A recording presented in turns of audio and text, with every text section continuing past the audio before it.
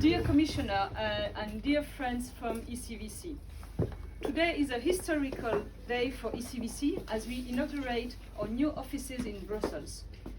This is an important step in strengthening the European farmers' movement, and we are very grateful for your participation, Commissioner, which is also an important act of recognition of the role of ECVC for the EU institutions. Our movement was founded in 1986 and since it has undergone major developments. First of all, we played an important role in structuring the peasant movement at the international level. It was in Mons, in Belgium, in 1993 that La Via Campesina, or international peasant movement, was officially funded. Then our European movement grew and was fortunate enough to welcome, throughout the 90s and the year 2000, new member organizations, especially from Eastern European countries. Today, ECVC brings together 31 organizations from 21 European countries, from Portugal to Georgia, from Norway to Romania. Commissioner, we would like to reaffirm before you the commitment of small and medium-sized farmers and farmers' organizations to respond to the need of the European population and guarantee food sovereignty around the world. We are experiencing a major crisis following 2 years of pandemics that has severely affected European society, and now a terrible war has hit our continent. Moreover, climate and environmental crises are already affecting the living conditions of several populations, causing droughts, floods, and difficulties for agricultural production. The war in Ukraine has dramatic consequences, first and foremost, for the European people.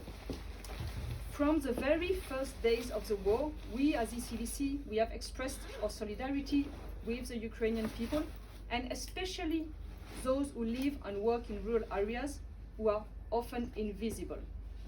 Today, we know that Ukrainian small-scale farmers are resisting by producing food for their fellow countrymen and women. And as ECVC, we are committed to supporting peasant and family farming in Ukraine, and in particular for preparing the future. Because we know that Ukraine will live, and we want to support the reconstruction of peasant and family farming in this battered country as soon as possible.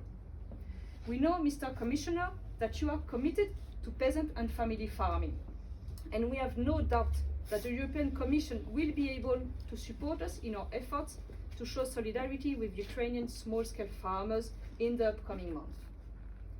On a more global level, the neoliberal system, financial speculation, and the lack of food sovereignty means food systems are increasingly dependent on imports and exports. In this context, the war in Ukraine is highlighting the fragility of our food systems and further destabilizing the agricultural and food systems worldwide. In Europe, food prices are rising rapidly. Some countries in the Middle East, Africa, and South Asia are already starting to experience food crisis because of the very high grain prices on international markets. In face of this, we reaffirm that the role of farmers is to produce healthy and accessible food for people. This is our mission, and our sense of responsibility in this moment of international crisis is we take it very seriously. But to fulfill our mission, we farmers, we also need support. In recent years, Europe has too often abandoned small farmers. We would like to remind that of the 10 million farmers in the European Union, the vast majority are not agri-managers or industrial farmers with thousands of hectares, but small and medium-scale farmers practicing diversified and territorialized agriculture. As you said, more than 70% of farmers in the EU work on less than 10 hectares. The CAP aid system linked to hectares worked to our detriment. Our income is instead dependent on the agricultural prices at which we sell the production.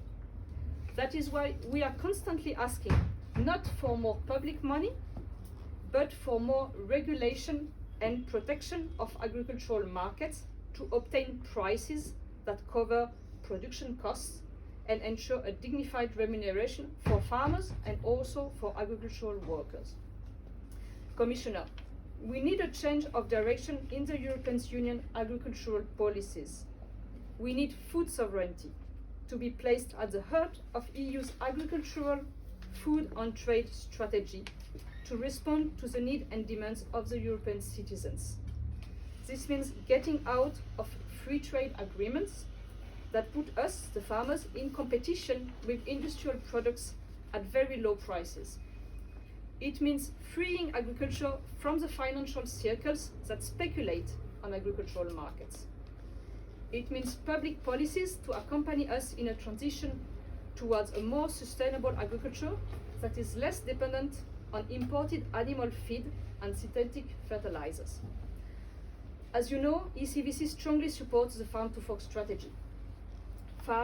Farmers' agroecology, peasant agroecology, is a responsible way to respond both to environmental challenges, but also to build a more resilient and robust European agriculture in the face of crisis. Finally, we also ask for renewed commitment from the European Union to facilitate and support international cooperation and solidarity. In these difficult times, multilateralism is more than ever necessary, and the Committee on Food Security is a key space to move towards common strategies against hunger in the world. We, as farmers and farmers' organizations in ECVC, want to reaffirm our commitment to work towards food sovereignty for the common good. We are convinced that food sovereignty is one of the key bases for peace between people. Thank you very much for your presence. Thank you very much.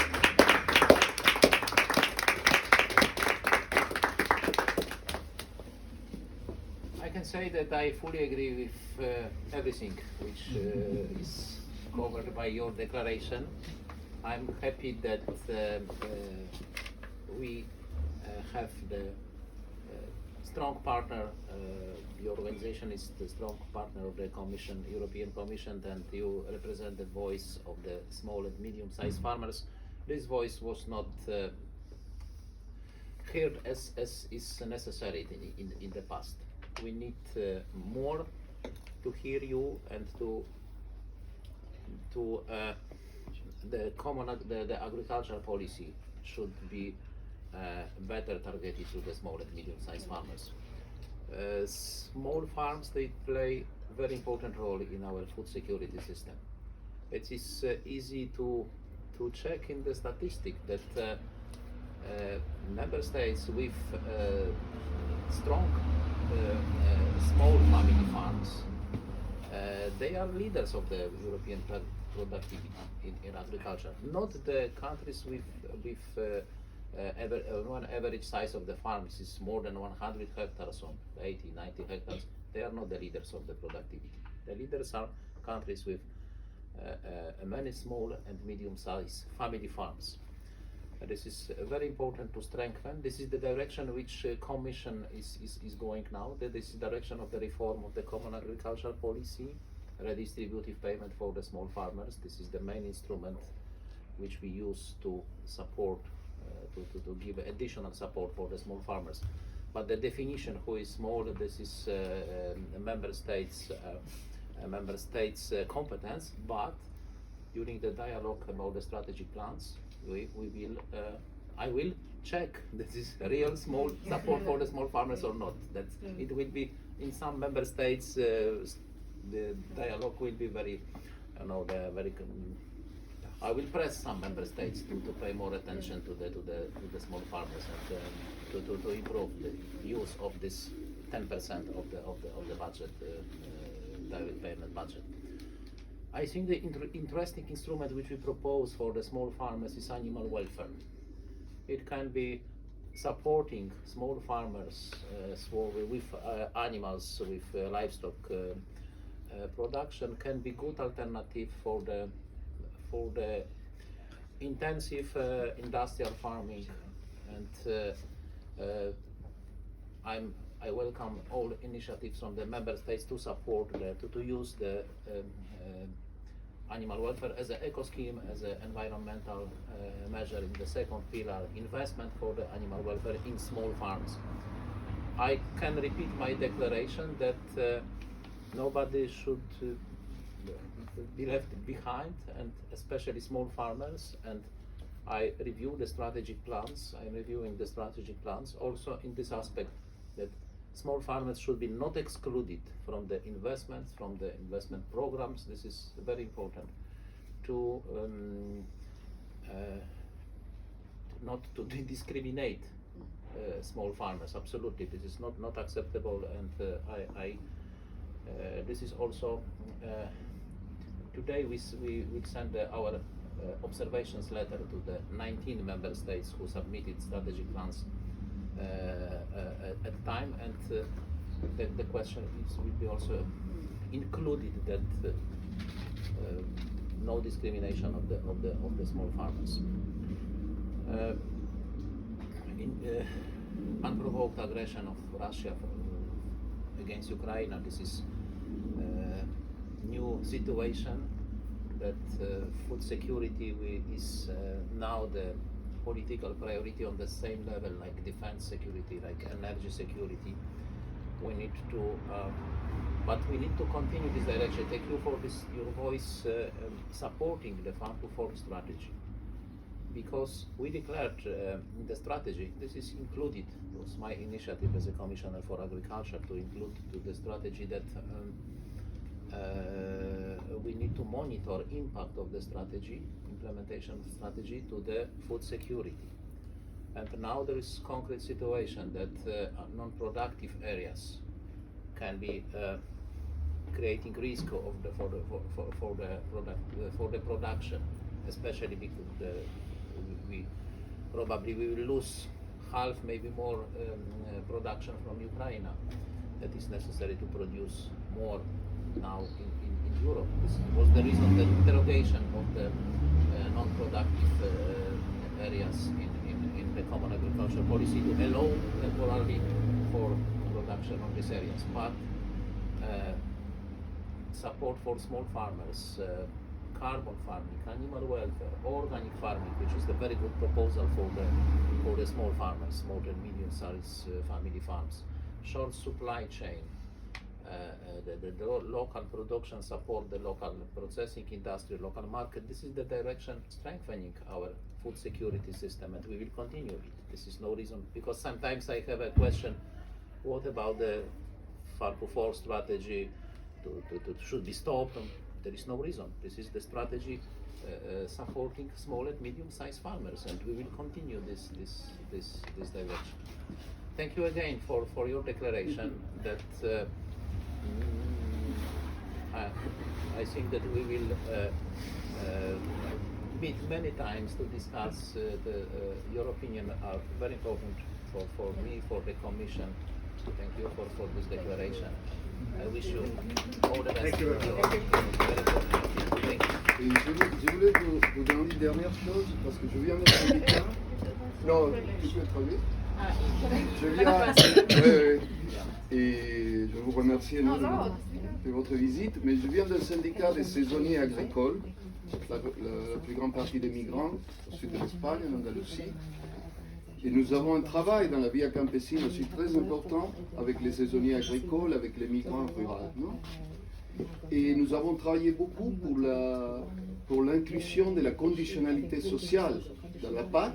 Nous avons réussi à que ça soit reconnu pour la première fois, mais nous sommes inquiets sur la question de comment ça va être vraiment appliqué pour devenir vraiment efficace. Nous travaillons avec les syndicats de salariés aussi sur ce sujet, et nous voulons vous demander aussi votre soutien pour que la conditionnalité sociale soit vraiment un système efficace dans la PAC, et aussi en général parce que les droits des saisonniers, les droits du travail, les droits sociaux, les droits du logement soient vraiment reconnus, soient vraiment respectés en Europe. Non? La Covid nous a montré la visibilité, nous a visibilisé la nécessité et l'importance des saisonniers agricoles migrants de l'intérieur de l'Europe et qui viennent de dehors pour la production agricole et la sécurité alimentaire européenne. and French European Thank you very much for this question. That social conditionality is the new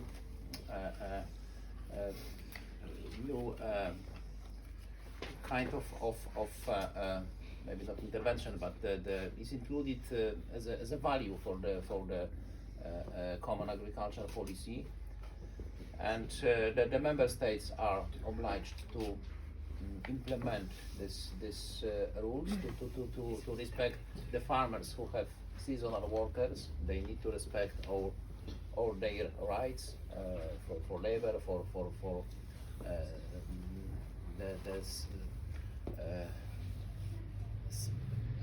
standards of work.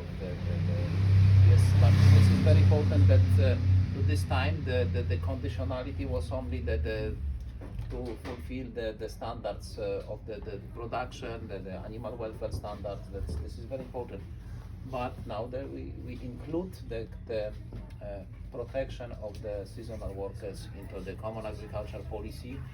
This is the new idea included into the common agricultural policy. I supported this idea at the beginning when it was proposed.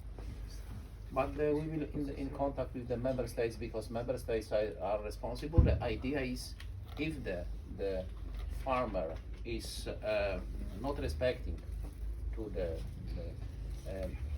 standards of the social standards for seasonal workers, he can lose his support from the European Union budget. This is the idea, and the control system will be in the member states. Thank you very much. Thank you very much. Thank you very much. My pleasure once again.